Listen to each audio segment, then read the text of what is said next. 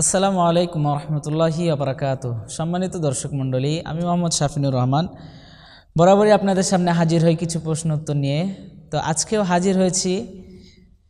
এক বোন প্রশ্ন করেছে যে কোনো মহিলা কোনো কোরবানি পশু জবাই করতে পারবে কি না, বা কোনো ছাগল, হাঁস, মুরগি এগুলো জবাই করতে পারবে কি না। দেখা যায় অনেক সময় এমন হয় যে বাসায় হাঁস, মুরগি, ছাগল ইত্যাদি পশুগুলা অসুস্থ হয়ে পড়ে, তো বাসায় কোনো পুরুষ লোক থাকে না। এমন অবস্থায় কোনো মহিলা এই পশুগুলা জবাই করতে পারবে কি না? অবশ্যই পারবে জবাই করতে। সেক্ষেত্রে তার যদি সাহস থাকে, হিম্মত হয়, তাহলে সে অবশ্যই সেই পশুটা জবাই করতে পারবে।